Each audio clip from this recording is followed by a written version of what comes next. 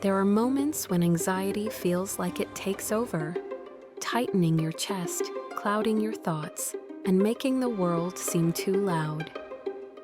It can be hard to remember what calm even feels like.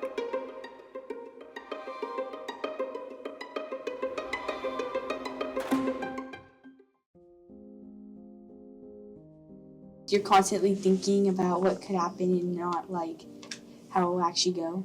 Anxiety is like when you're like really nervous and you're like overthinking stuff and you kind of have like a rush of like just like shaking and like can't like calm yourself down. Yeah, I agree with that. I think like just constantly thinking about the what ifs or like what could happen, and you're just really like scared about it. It has been estimated that 4% of the world's population suffers from anxiety, and 301 million people have it along with other mental health issues.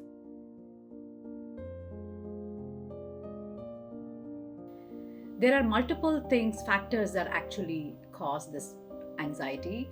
There are various different types of stressors. It can be a lot of genetic disposition that's passed on from generations that can happen.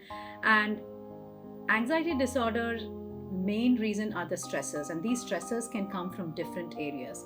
Stresses, any changes that happen in the family, or if there is anything going on at school, social pressures, bullying, anything that the student is going through personally, right? If there is changes in physical body or anything else that is personal, so it can stem, all these stressors can stem from any of these factors.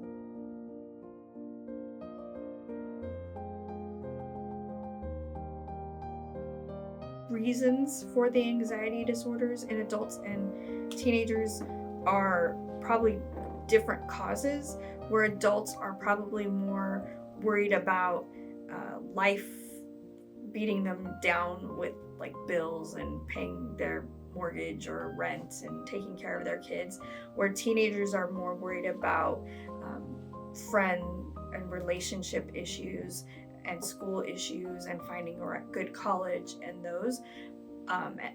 But how they manifest is pretty similar with how our body reacts.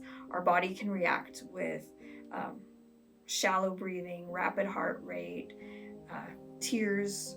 The way our bodies react is similar, even though the causes of what's making us stressed out or anxious can be different.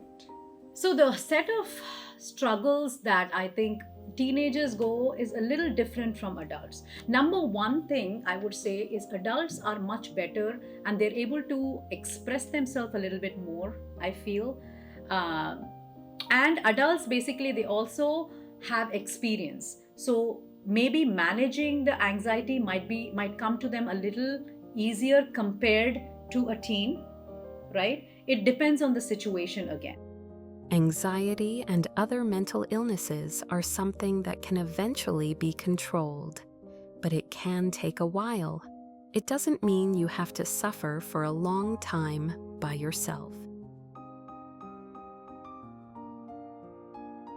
I'd probably just tell them like it's a common thing, like you're not the only person dealing with it, and like do stuff that makes you happy, because like when you're doing something that makes you happy, like you're not really focusing on like the negative or like anger or anxiety.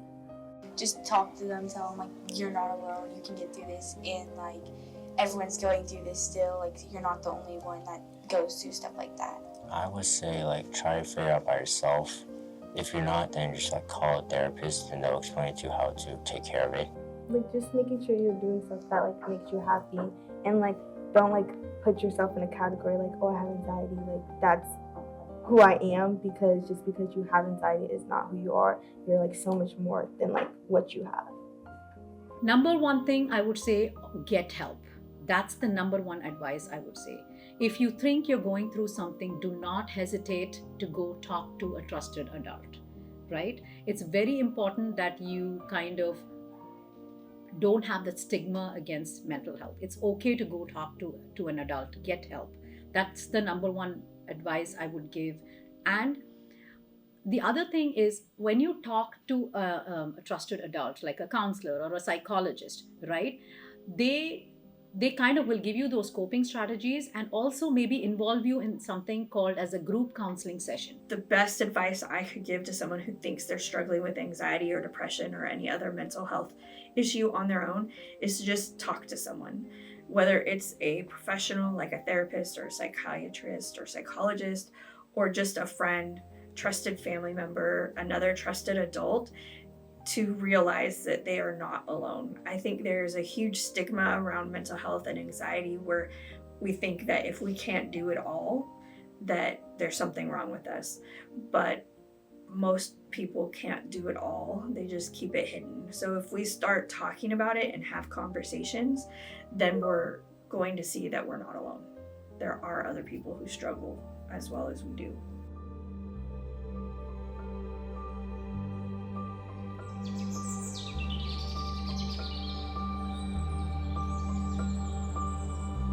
Anxiety can feel lonely at times. You are far from alone, and there is nothing to be ashamed of. The more you are aware that your anxiety is not within normal limits, the more you're able to get the help you need. After all, you are not alone.